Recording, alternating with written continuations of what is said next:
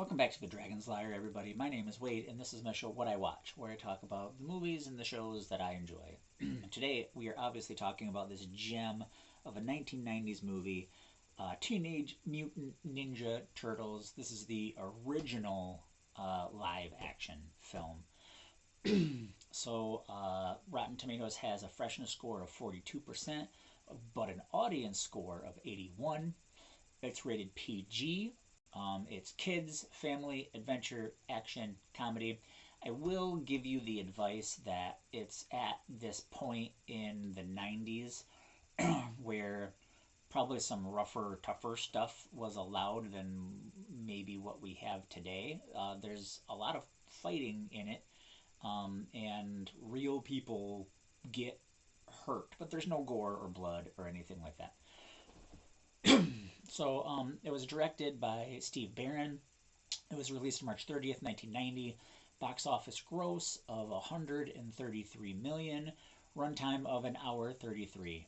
The synopsis that I wrote for this is: reporter April O'Neil is hot on the trail of an elusive crime wave in New York. She meets a team of fun-loving teenage mutant ninja turtles, and together they get to the bottom of what's really going on. For me, this movie has a lot of nostalgia attached to it. Obviously, I grew up watching it. I've seen the second one. I'm not a fan of the third one. I think the franchise falls apart on number three. Number two is pretty solid, in my opinion. um, I don't know really much anything about the new ones with Megan Fox, and I have never seen those. But this is the original, the OG live action. And I don't think there's anything wrong with it. It's a lot of fun. There's a lot of 90s jokes that you might not get. There's a lot of 90s nostalgia in it, and it really has this portrait of New York City in 1990, which may have never been real or accurate, but there's this idea of what New York is like. So there are four body actors that are inside the suits for these turtles. And then there are four voice actors that do the voices for them. I'm not going to talk much about the voice actors, even though several of them went on to be pretty successful and famous and do lots of other things. I'm not really going to bring them up. So, who I am going to talk about is Judith Hoag and Elias Koteas. You know, so Judith plays April O'Neil, the main female character in this movie, and Elias plays this character known as Casey Jones, which doesn't always show up in every Teenage Mutant Ninja Turtle story, but he is in this one. And where he goes and what he does between one and two are two different things. And April O'Neil gets replaced in the second one, but I'll leave that for Attack of the Twos.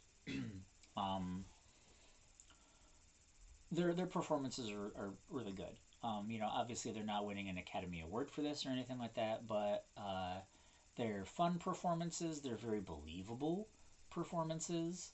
And then there's a slight, small, barely anything romance between these two characters. And they play well off each other, and they play well off of the turtles. There's a Casey Jones Donatello scene where they're fixing a car together, and that's a lot of fun. And then April has lots of moments with the turtles that her very genuine performance helps you believe they're real. And I think that's really valuable, and that's why I think that these are really nice performances by these two actors. Interestingly enough, so when I research a movie to do these videos, I watch the movie. And interestingly enough, I picked two great hidden gems in this movie. One, Sam Rockwell is in this movie. So basically, the bad guys in the Teenage Mutant Ninja Turtle world, I'm overgeneralizing, are this ninja group of bad ninjas called the Foot. Okay, in this story, the Foot is recruiting underaged, at-risk youths from New York City to become Foot members and learn how to do their evil karate and all that stuff. Sam Rockwell is like one of the leaders of the young Foot members. So that was a lot of fun. And then there's a scene where Sam Rockwell at the end is standing next to Skeet Ulrich. And it's just fun. Skeet doesn't even have a single line. Um, Sam has some lines kind of like in the middle of the movie and a few lines at the end of the movie. But it's just fun to see actors that are, that I like, that are cool, very young. They're very young in this movie. And just to see them pop up was super cool. um, my wife and I actually have a competition where we try to find actors in things that most people don't think of them. For example, Vin Diesel was in Saving Private Ryan. There's a good one there. um, and it's a lot of fun for us. So, like I said, for me, the big draw on this movie is the nostalgia of the '90s culture that's in it. Pizza is a big deal because the turtles love pizza. um, I played with action figure toys when I was a kid, so it's all just it's that's a lot of fun. That's where it comes from for me. um, but also, there are some good messages in this movie. So, Splinter, who is the turtles' master and their father figure, who happens to be a mutant rat, for example, uh, passes on good wisdom. And he's obviously the Yoda figure in the story, but it's good. It's good. um, Thinking about this movie, so normally I would say that this movie for me is a palate cleanser. You don't have to think too much. You can just watch some dudes dressed up in turtle suits fight other dudes and listen to the one-liners, because there's lots of one-liners because they're teenagers, right? So they talk smack while they fight. So there's fun '90s one-liners and all of the Ninja Turtle catchphrases, cowabunga, and all that stuff. But one thing that I was kind of thinking about, this is still a movie that is okay for kids, in my opinion, but lots of members of the Foot get beat up and do things like fall off of ledges that are up high on buildings. Odds are those people don't survive. Okay? Then there's a really big building fire. Odds are not all of the Foot members that got beat up and were on the ground in previous scenes got out of that building before it burned down.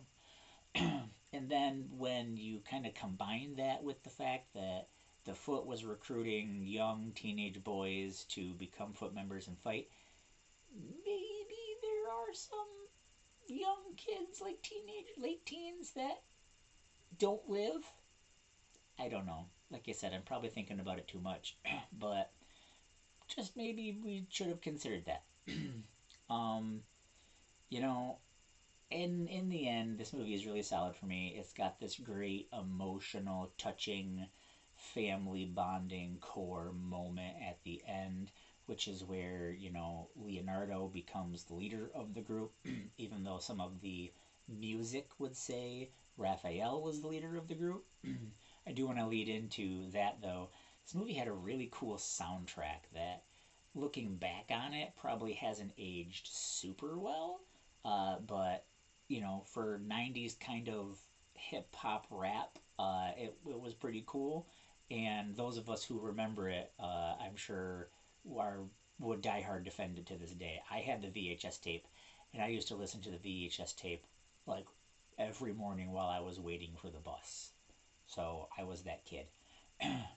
Anyways, I really enjoyed this movie. Feel free to check it out if you haven't seen it. It's pretty old by this point in time. It's like 30 years old.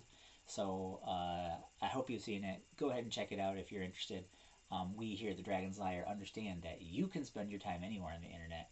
So we want to say thank you for spending your time here with us at the Dragon's Lair.